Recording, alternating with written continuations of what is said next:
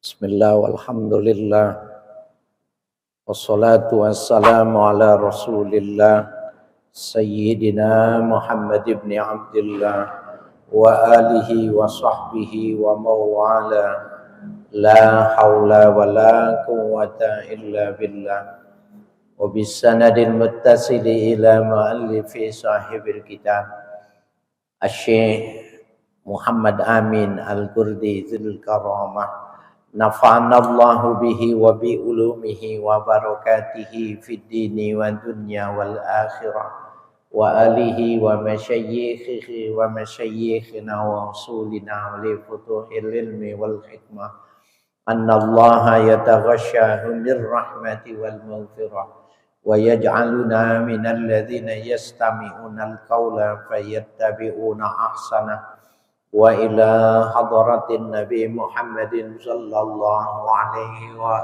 alihi wasallam al-Fatihah. A'udzu billahi minasy syaithanir rajim.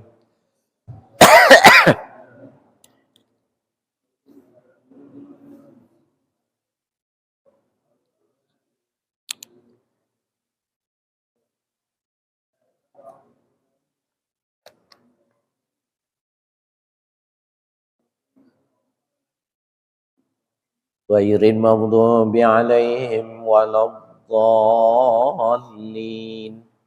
Amin. Bismillahirrahmanirrahim. Qala al-muallifu rahimahullah faslun fi tahrimi ta'khiris salati an waqtiha wa hukmu tarikiha wa qada'ul fara'idi wan nawafil.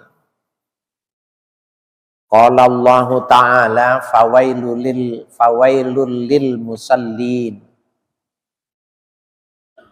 alladzina hum an salatihim syahun.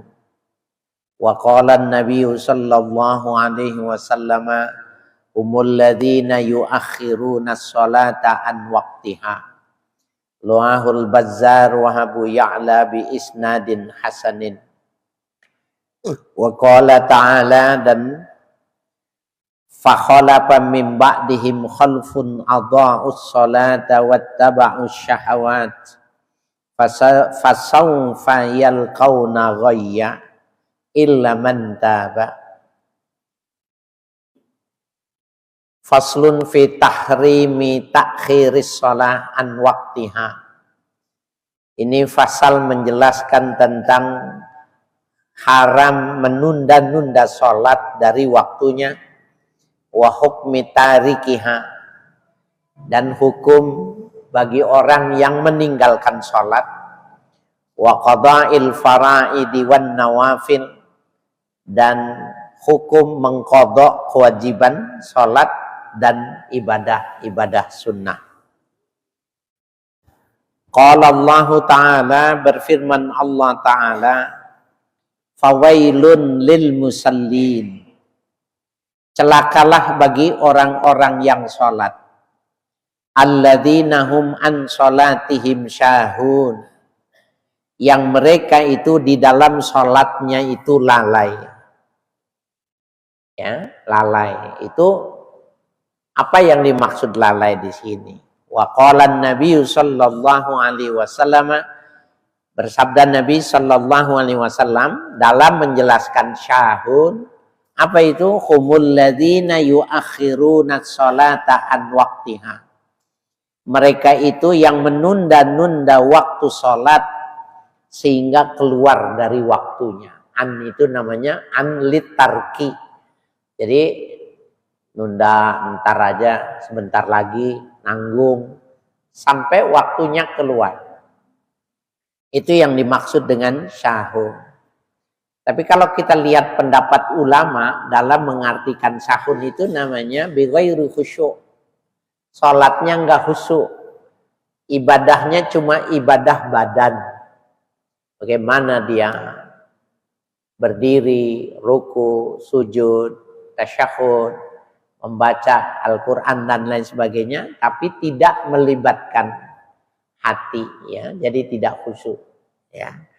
Jadi kata syahun ini banyak pemahamannya, tetapi kalau kita memperhatikan penafsiran-penafsiran itu, maka insya Allah tidak termasuk celaka ya. Jadi kalau nggak mau celaka, jangan nunda sholat, jangan lalai.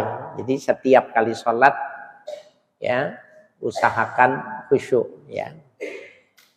Khusyuk itu terkoneksi antara ucapan dengan lisan dengan hati, itu namanya khusyuk.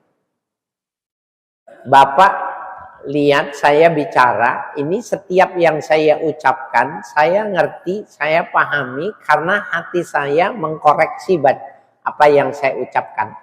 Saya ngomong ini namanya khusyuk. Nah, orang yang tidur kemudian dia ngomongnya jelas. Tanah belakang rumah ada 1000 meter, kasih Pak RW biar dijual untuk kepentingan orang-orang miskin. Gitu. Ngomongnya jelas. Besok boleh nggak tanahnya dijual sama Pak RW? Boleh nggak? Lu melotot ya. Boleh nggak? Yang nggak boleh orang yang ngomongnya orang ngigo. Ya, orang ngigo. Nah, orang yang sholat tidak khusyuk itu ibaratnya orang ngomong tapi tidur dalam tidur. Tidak khusyuk. Itu sahun, lalai. Bagaimana bisa? Itu kan semua berbahasa Arab. Kita ini bukan orang Arab. Nggak ada yang nggak bisa dipelajari. Ya, seperti halnya kita selama ini bisa apa? Bisa ini, bisa itu. Kalau dibandingkan dengan orang lain, kita lebih tinggi. Itu kenapa kita bisa? Karena kita belajar. Jadi tidak ada yang tidak bisa kalau kita mau belajar. Ya. Rahul Bazzar wa Abu Ya'la bi isnadin hasanin. Meriwayatkan hadis ini Imam Al-Bazzar, Abu Ya'la dengan sanad yang bagus. Wa qala ta'ala, dan berfirman Allah Ta'ala, fa khalafa min ba'dihim khalfun adha'us shalah. Maka akan ada orang yang terbelakang setelah mereka, satu kelompok yang mereka itu menyia-nyiakan sholat. Adha'us shalah, menyia-nyiakan sholat. Wattaba'us syahawat, dan mereka mengikuti syahwat. Ini, apakah wawunya ini litartib bukan di dalam. Artinya orang lalai dulu dari sholat, baru mengikuti sholat, baru dia mengikuti hawa nafsunya, syahwat, atau syahwat dulu, ya, syahwat dulu, ya, baru dia melalaikan sholat. Nah, dalam ilmu nahu itu, apa itu? Al-atfu bil wawi la alat tartib. Mengatofkan kalimat dengan huruf wawu itu tidak menunjukkan berurutan. Jadi disebut sholat itu karena kemuliaannya sholat. Tetapi pada prakteknya, kalau orang sudah mengikuti hawa nafsunya, efeknya, akibatnya sholat juga kena, gitu maksudnya. Jadi kalau dia hawa nafsunya itu udah jadi orientasi hidupnya dia, maka sholat juga kalah. Gitu. Dan kalau orang sudah lalai dengan sholatnya, menyia-nyiakan sholat, semakin besar, ya, semakin jauh, ya, dalam membesar-besarkan syahwat ini tadi. Ya. Jadi syahwat itu dia tidak bermakna buruk. Dari mulai kita pengen makan, itu syahwat. Pengen tidur, itu syahwat. Pengen sama istri, itu syahwat. Dan semua obsesi-obsesi itu masuk dalam syahwat. Jadi syahwat itu tergantung kita selaku manajer. Bagaimana kita memanage yang bagus, maka insya Allah bagus juga ya dalam mengendalikan. Jadi syahwat tidak bisa dibunuh. Syahwat itu akan mati bersama dengan matinya orang tersebut. Dia nggak bisa dibunuh, tetapi dia bisa dimanage, bisa diatur, ya syahwat itu. Nah. Fasaufa yalqauna ghayya, maka kelak kau akan dilemparkan ghayya. Apa itu ghayya? Al-ghayyu wadin fi jahannam. Nama satu lembah di neraka jahanam namanya ghayyun. Jadi orang yang meninggalkan sholat itu bukan cuma di neraka jahanam. Ada satu tempat yang terbawah namanya ghayy, di situ penempatannya. Untuk menggambarkan betapa bodohnya ketika digambarkan di dalam Al-Quran, pengen bahagia, pengen bagus, pengen nikmat, ini lakukan. Kemudian kita tinggalkan. Kemudian kita menjadi jelek nasib kita. Maka wajar dari tempatnya yang terhina yang diberikan. Ghayy. Qala Ibnu Mas'udin, berkata Ibnu Mas'ud, laisa makna adha'u taraku bil kulliyati. Tidaklah yang dimaksud dengan menyia-nyiakan mereka itu, menyia-nyiakan sholat, tarakuha bil kulliyati, mereka maknanya bukan maknanya meninggalkan semua, bukan. Walakin akharuha an waktiha, akan tetapi mereka menunda-nunda ya dari waktu sholat. Ay la yusalluna zuhra hatta ya'tiyal asra. Mereka tidak sholat waktu zuhur sehingga datang waktu asar. Itu namanya ya menunda-nunda, akharuha, nunda-nunda. Udah asar, astagfirullahaladzim, sholat zuhur, habis sholat zuhur, sholat asar. Bukannya menjama, tetapi karena kelalaian. Ya, na'udzubillah. Wahakadha, ya demikianlah. Ini penafsiran dari Abdullah bin Mas'ud atau lazim disebut dengan Ibnu Mas'ud. Ya. Wal ghayyu wadin fi jahannama. Ghayyu itu tadi yalqauna ghayyan. Ghayyu itu wadin fi jahannama. Nama satu lembah ya di neraka jahanam.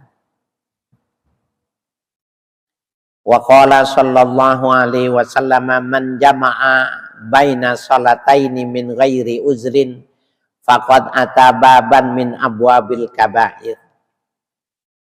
Man jama'a baina salatain, siapa yang menjama ya dua salat fi ghairi uzrin, tanpa ada uzur.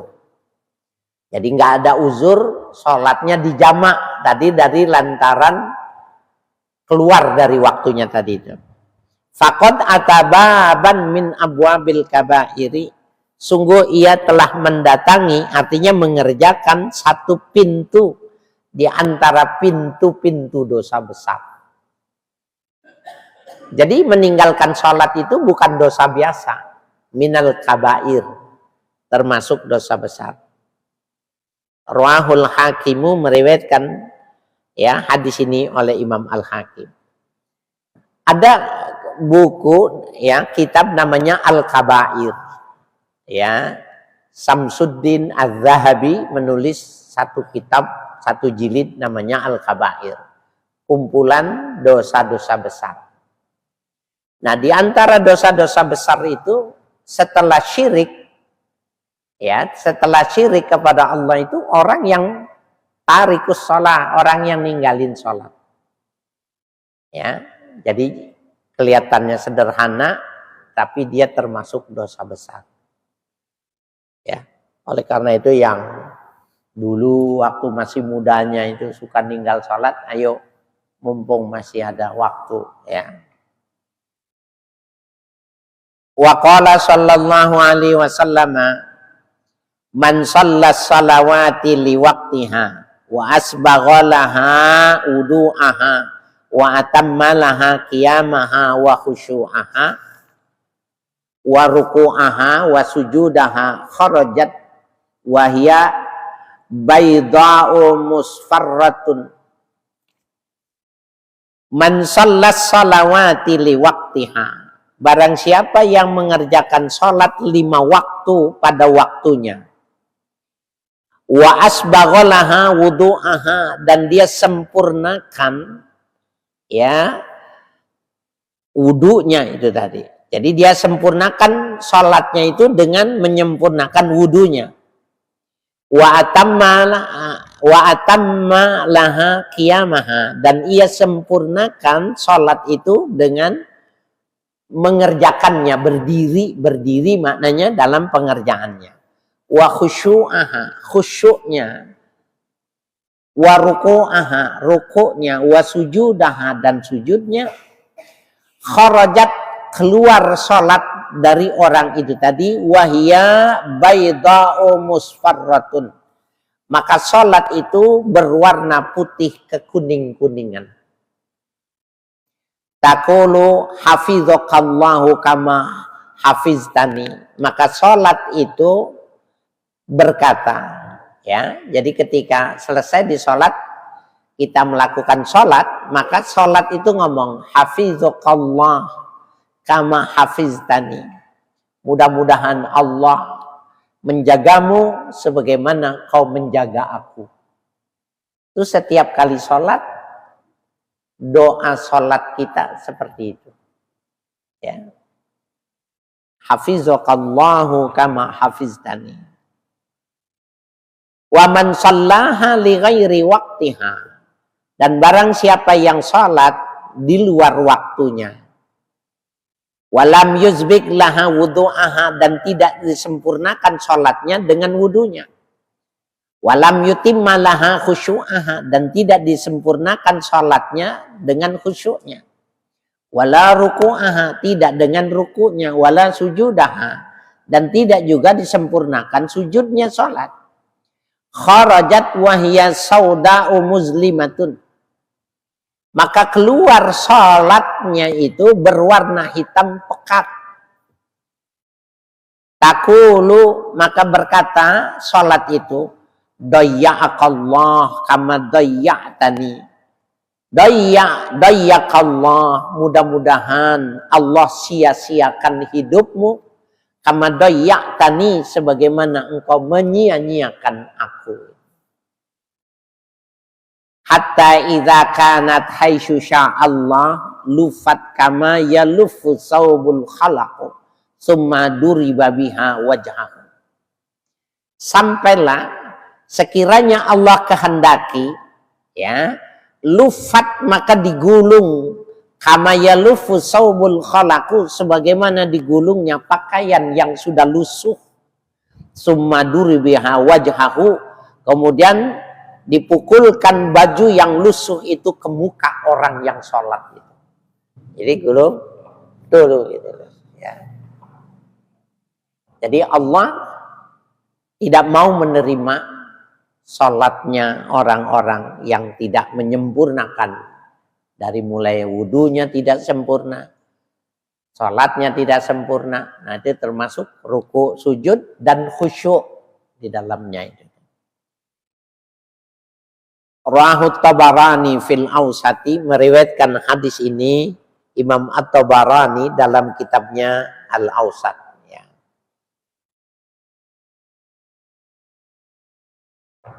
Wa an Ubadata bin Samit qalat sami'tu Rasulullah sallallahu alaihi wasallam yaqul. Hadis diriwayatkan dari Ubadah bin Samit, menceritakan ia bahwa aku pernah mendengar Rasulullah sallallahu alaihi wasallam bersabda, khamsu salawatin katabahunallahu alal ibadi 5 sholat waktu itu katabahunallahu alal ibadi, telah ditetapkan kelimanya itu oleh Allah, wajibkan oleh Allah alal ibadi untuk seluruh ya hambanya.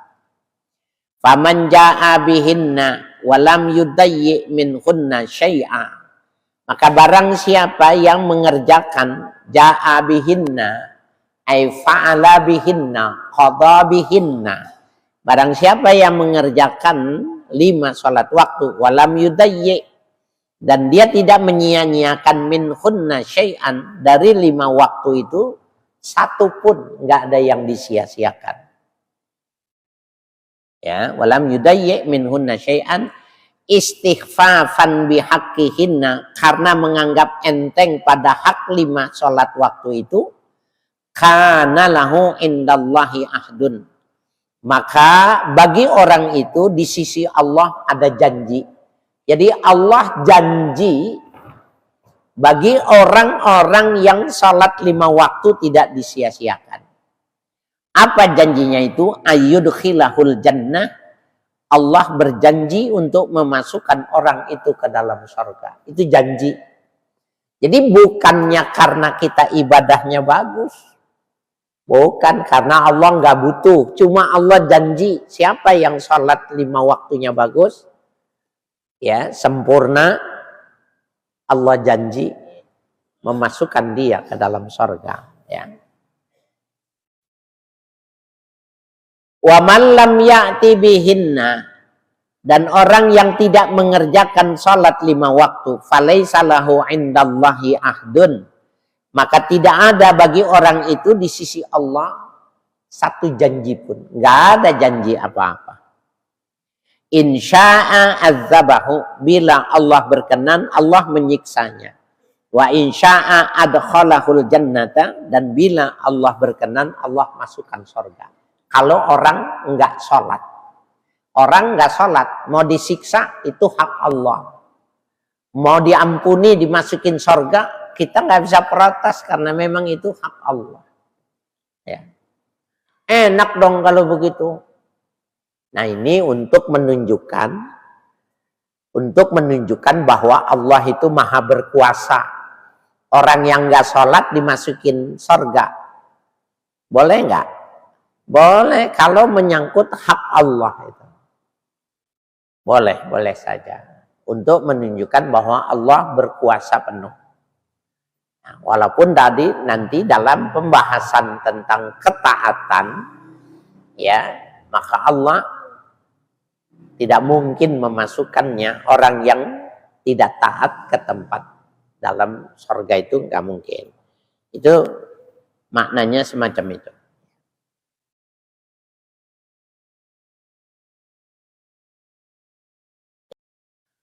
Rawahu Malikun wa Abu Dawud wa ghairuhuma.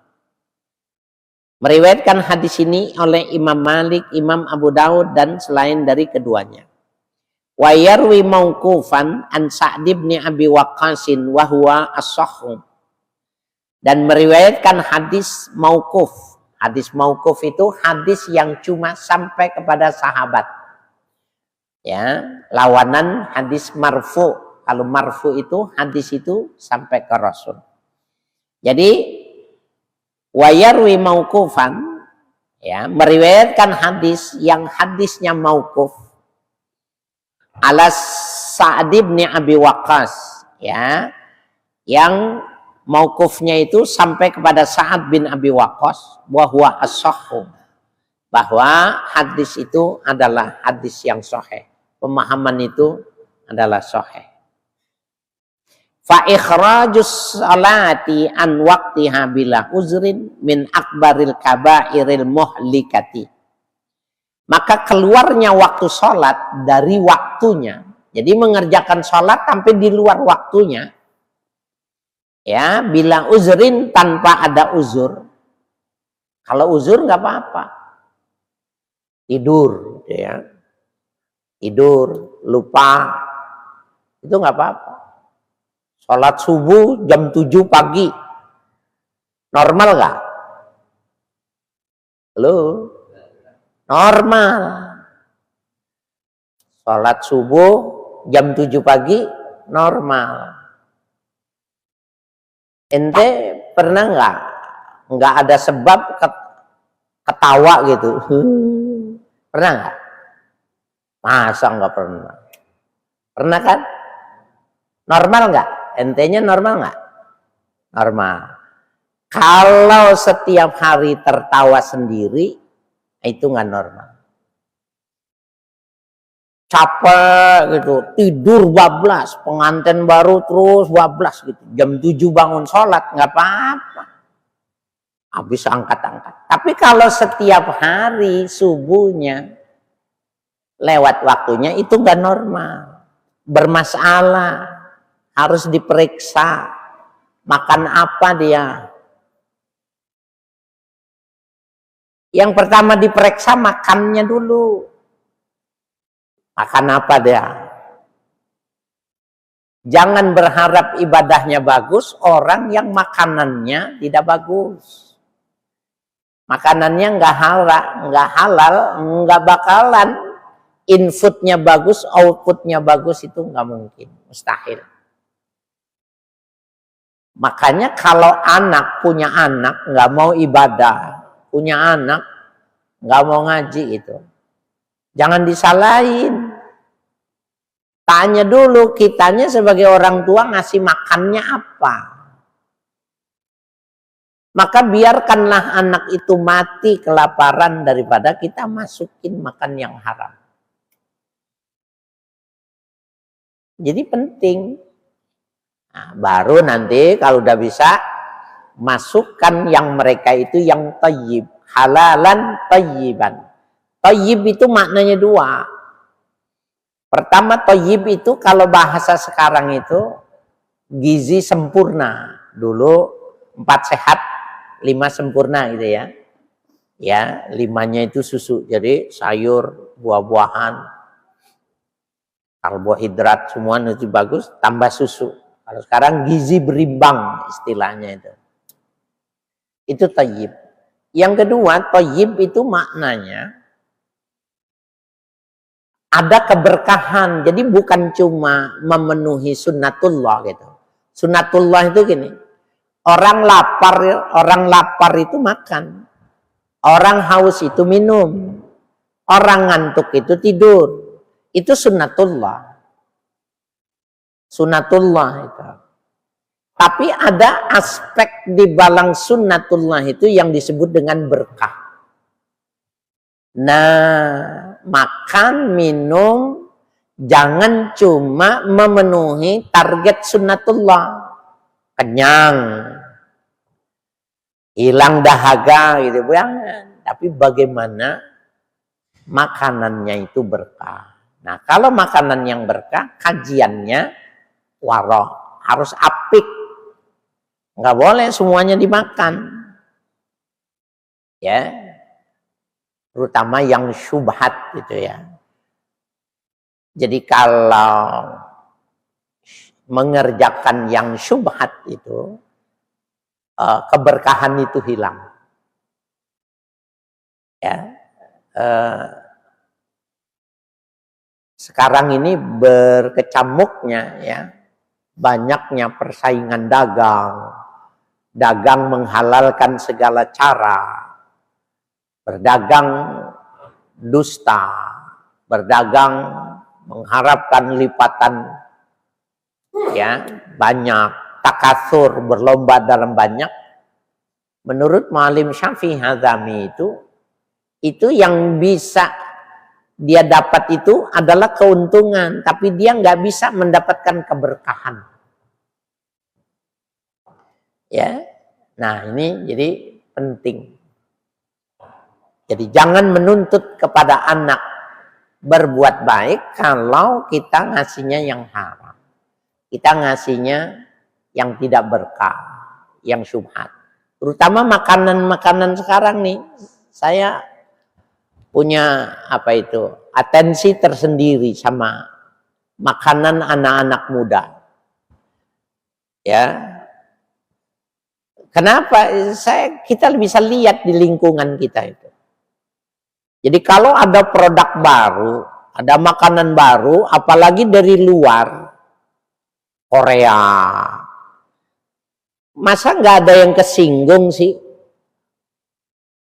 Iklan mie, ikan mie, rasanya Korea banget. Emang Korea rasa? Negara. Tetapi betapa berkecamuknya sudah brown washing, perang urat saraf. Semuanya berbau Korea itu begitu luar biasa. Rasanya Korea banget. Semakin Korea. Oh, itu penjajahan itu. Buat anak-anak muda itu penjajahan. Maka mereka masuk restoran Korea yang orang lain belum, foto nih. Crik. Kirim gitu. Bangga dia. Iya Pak Ustadz, kan makanannya dari kita. Iya, ayamnya dari sini. Jangan-jangan dari sini nih. Dari Matle. Tepungnya dari sini. Betul. Semua kemasannya semuanya, packaging dan lain sebagainya. Nah, tapi jangan lupa, inti dari bumbu itu dari Korea. McD itu intinya bukan di sini, duitnya dari sana. Nah, yang didaftarkan ke Majelis Ulama Indonesia itu yang ini. Sebelum jadi, yang sudah jadi ini yang didaftarkan. Tapi yang ini ditahan. Itu mengapa betapapun rajinnya sholat kita yang digambarkan dalam hadis itu, ya, seorang yang mengelana, ya, aghbaru ra's, rambutnya itu sampai penuh dengan debu, berdakwah, mat'amuhu haramun, makanannya haram, wa malbasuhu haramun, pakaiannya haram, wa masyrabuhu haramun, yang diminum haram. Fa aina yustajabu lah. Mana mungkin orang itu ibadahnya diterima? Kenapa? Dia kagak tahu kalau itu nggak boleh. Gitu. Saya di Majelis Ulama Indonesia saya ngomong itu. Jadi lembaga penghalalan, ya, menghalalkan sertifikasi halal itu. Sekarang kan udah diambil itu badan sendiri itu. Haikal Hasan yang megang itu. Nah, produk-produk luar negeri itu yang semesti mendapatkan sertifikat itu bumbunya, bukannya produk yang sudah taruh dalam fried chicken atau apa, bukan ini. Bumbunya.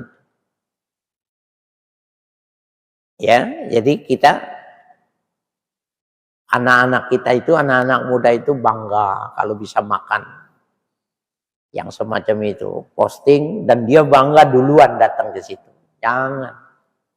Bahkan bapaknya yang ngajar-ngajarin lagi. Jangan disalahin. Ya, jangan disalahin kalau anaknya susah diatur. Ya. Nauzubillahi min dzalik.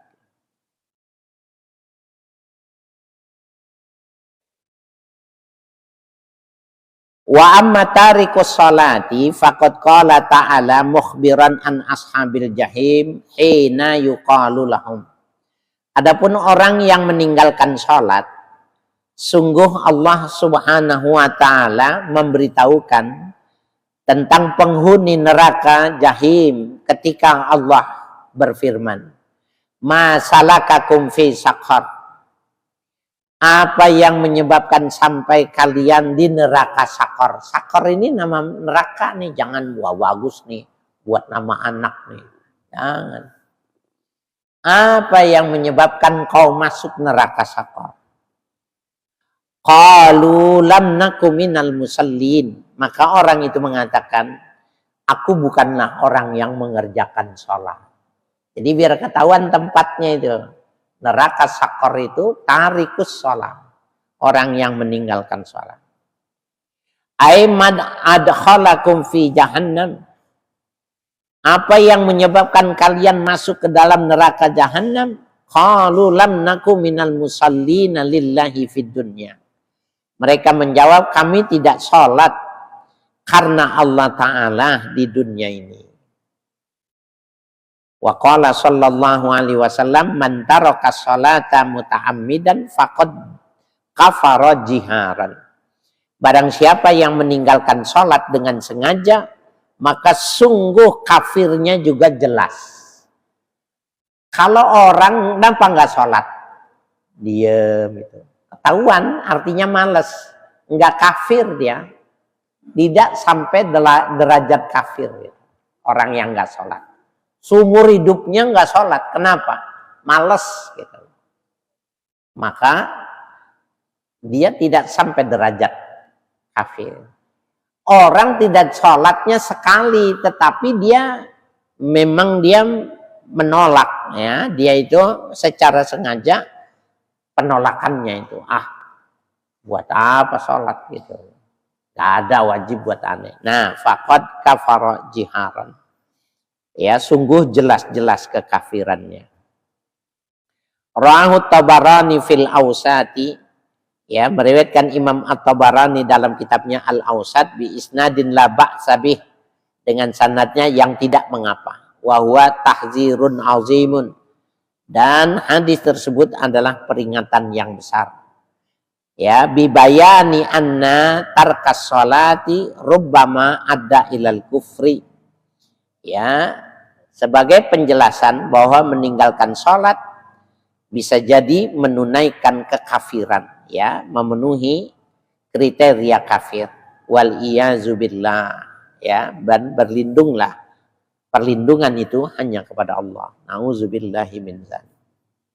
Wa qala Rasulullah sallallahu alaihi wasallam, bainar rajuli wal kufri tarkus shalah. Wallahu a'lam.